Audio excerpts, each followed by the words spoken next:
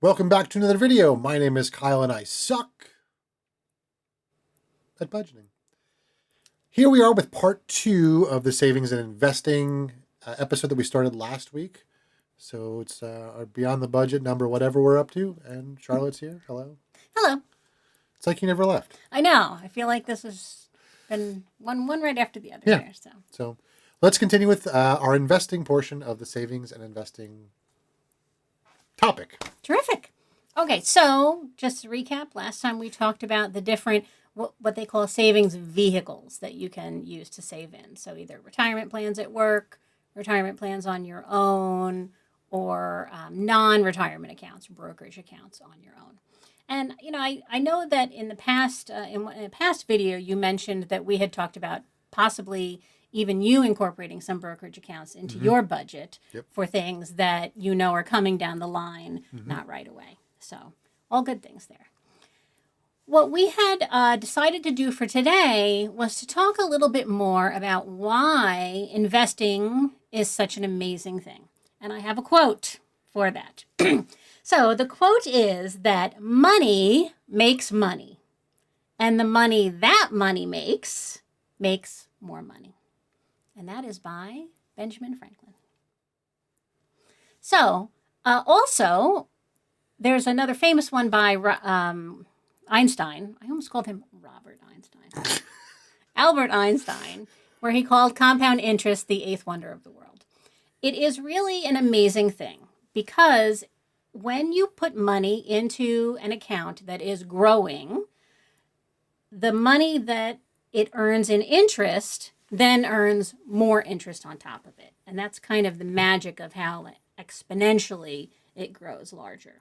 It's kind of hard for people to understand. So we're going to look at Kyle's situation here. And we're using what's called a compound interest calculator. There are a ton of these out on the web. So this one happens to be on the NerdWallet site. And I'm sure Kyle will put a link to that. Absolutely. In the description there. So we have right now pulled up some information that is specific to Kyle's situation. So we had looked at his investments at the time of recording, and it's just about $109,600. We figured that he is 44 years old, so he has about 20-ish years for that money to grow. And it has on here, the next part, it says estimated rate of return. So in general, and we'll talk about this more in our stock market episodes, but in general, the stock market has grown about 11 or 12%, 10 to 12% every year for the last 100 years. But most financial people, now, are we financial professionals? No. We are not. We are not financial advisors. This is not financial advice. I'm a financial idiot. Not at all. But we did determine in the last episode that Kyle is an investor, even if he doesn't think that he was. Another I word. It's all the same. There you go. But a lot of financial professionals out there think that it's a little too optimistic to use 10 to 12%. So the general going rate that people use for factoring in calculations like this for the future is around 8%. Now, some people will say 7%, some people will say 9%. You get to use whatever percent that you want to put in there. And the cool thing with this tool is it's really easy to change that and see how those different numbers work. So you can play around with that. I love it. So we're using 8%. And then it asks you if you're going to be contributing any money on a compound frequency. Oh, it says compound frequency, which we're doing for monthly. There's other options there, but we're sticking with monthly. And then it says contribution amount. This is how much you're putting in per month. So once again, we looked at Kyle's spreadsheet and determined he and his employer match were putting in about $1,677 a month. So the way that this graph works is at the top, it gives you the total balance where you should be by age 65, which is pretty close to your early retirement calculator. Yep. It's off by a little bit, but we're close enough here. And what it shows you is that in the blue, that's the amount that Kyle is contributing, and the green is the growth, the interest that he's earned on there. So you can kind of see that at the beginning on the left side of our graph, the area of growth in green is super small. So the way that compounding works is that it starts off slowly.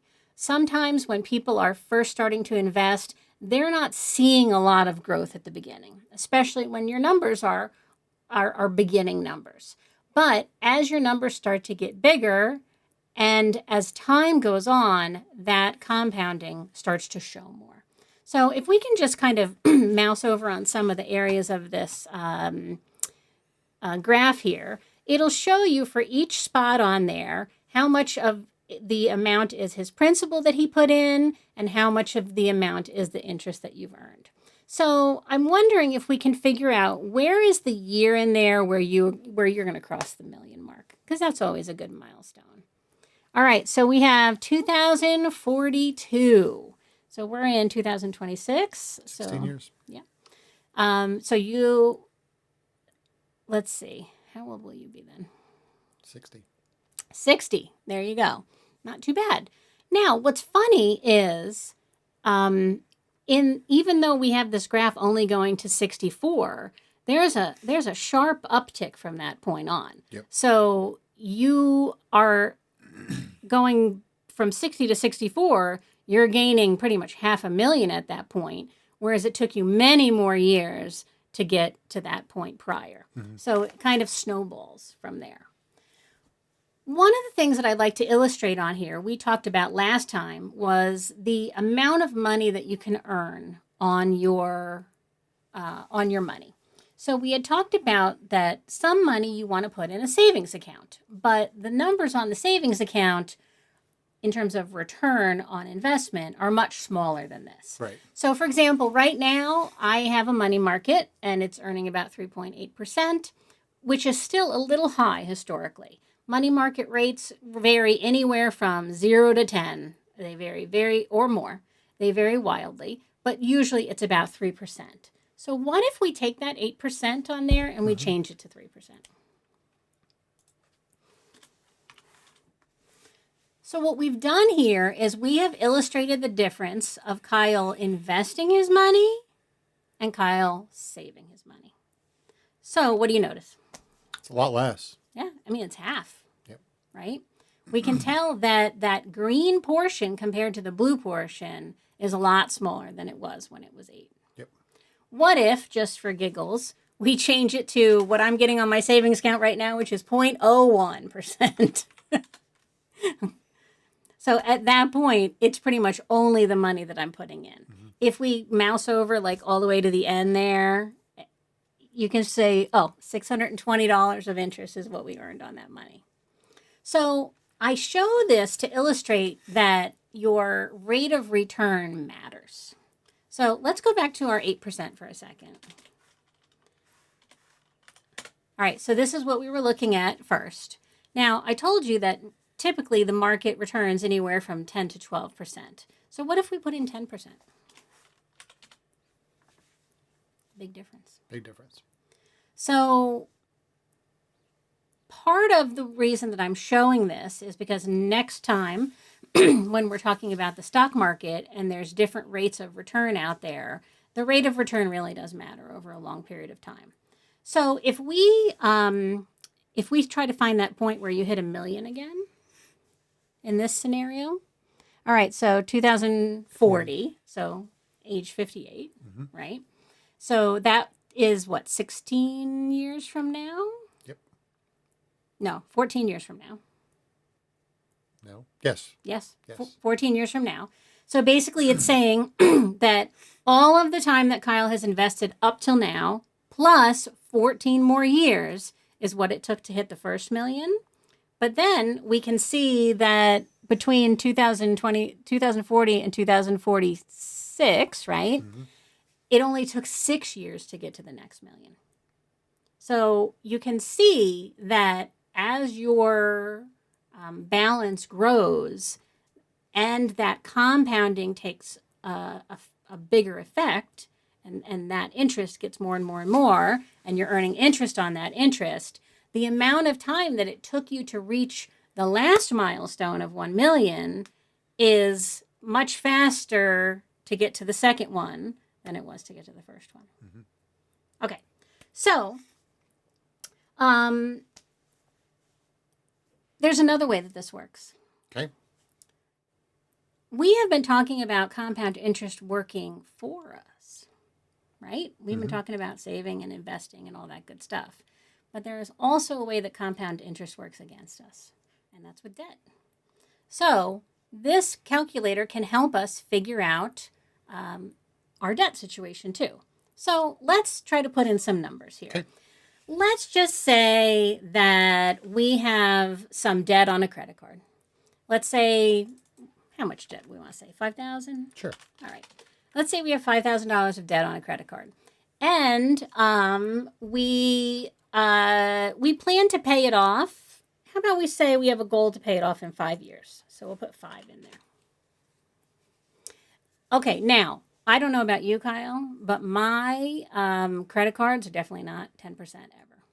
So usually they're... My credit cards aren't either. Yeah. Well, I know you have no credit cards. But the last one I got in the mail said something like 29%. Mm-hmm. So we'll put 29% in there. And we're not planning on putting any more money on this card. So we're going to zero that out. So what this is telling us is that if we had $5,000 on a credit card that we are not actively paying, okay, we have just decided, you know what? I don't have enough money to pay this credit card. I'm just going to let it sit. And it is compounding at a 29% rate. At the 5-year mark, you will owe almost $21,000 on that card. It's crazy. It is insane.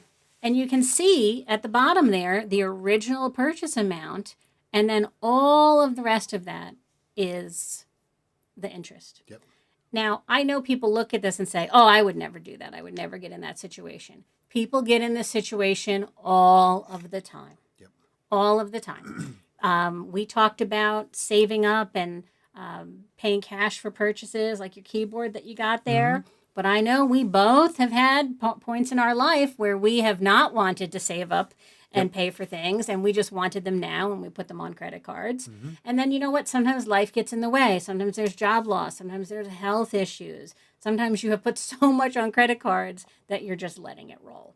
This is another reason why sometimes people with student loans end up paying double or triple what their student loans originally were, because that interest grows so ginormously for that. Make sense? Makes sense. All right. So another thing I wanted to mention that is kind of separate from this is something called the Rule of 72.